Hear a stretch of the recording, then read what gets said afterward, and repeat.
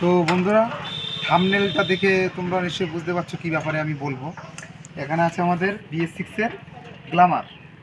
তো এই গ্ল্যামারটার প্রবলেমটা হলো, একটুখানি খেয়াল করো, এই চাবিটা আমরা অন করলাম, করার পরে এই যে এই সাইডে ব্রেকটা চাপলে পেছনে, চলো এই দেখো এখানে লাইটটা জ্বলছে, ব্রেকটা চাপলে এখানে এই ব্রেকটা যখন চাপছি, ব্রেকটা দেখাও, ব্রেকটা যখন চাপছি তখন লাইটটা জ্বলছে।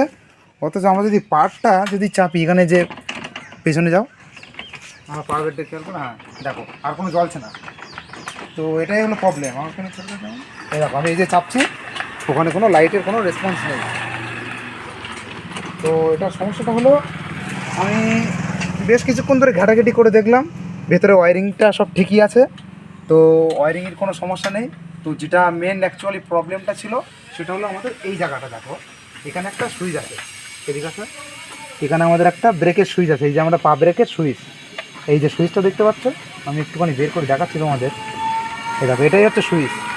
তো এই সুইচের সাথে একটা স্প্রিং খাটানো আছে এখানে, এই স্প্রিংটা দেখো, এই দেখো কত সুন্দর এখানে সুইচটা কাজ করছে। তো চলো পেছনে দেখাও, দেখো লাইটটা জ্বলছে, চলছে লাইটটা, এটাই ছিল আমাদের মেন প্রবলেম। তো এখানে দেখাও এই স্প্রিংটা অ্যাকচুয়ালি, এখানে একটা ব্রেক রডের সাথে একটা জায়গা আছে, এই যে ব্রেকটা চাপলে আমাদের এই স্প্রিংটা কাজ করে। তো অবশ্যই আমি একটা প্লাস নিয়ে চলে এসেছি, তো জায়গা মতন আমরা লাগিয়ে দেবো। হ্যাঁ দেখো ওখানে মালটা, এই দেখো এখানে মালটা একদম পুরো আটকে গেছে, এখন চাপলে এখানে কাজ করছে ঠিকঠাকভাবে। তো দেখতেই পাচ্ছ ওখানে কাজ করছে, এটা স্প্রিংটা। চলো পেছনে দেখাও লাইটটা।